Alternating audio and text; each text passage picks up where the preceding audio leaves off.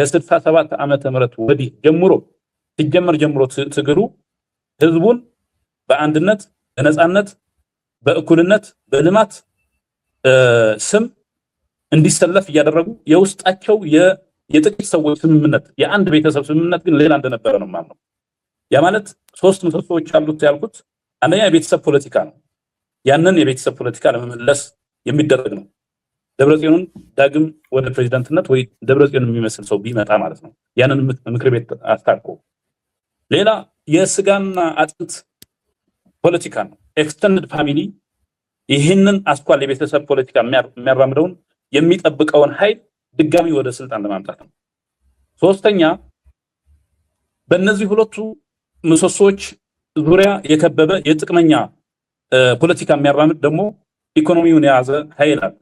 ይሄ ቡድን ዞር ማለት ካልቻለ እስከ ወዲያኛው የትግራይ ህዝብ የማይገኝበት ሁኔታ ሊፈጠር ይችላል። እንደ ህዝብ ቆሞ መናገር የማይችልበት ሁኔታ ሊፈጠር ይችላል። በደንብ እዛ ላይ ያንን ህዝብ ሸፍኖ የሚሞተው ማን ነው? የሚራበው ማን ነው? የሚታመመው ማን ነው? እየተማረ ያለው እየተማረ የሌለው ማን ነው? የራሳቸው ፖር እስከ ተነካ ድረስ የትግራይ ህዝብ ጉዳያቸው ስላልሆነ በስምምነት የሻሩት ሁሉ ያው እያመጡት ነው።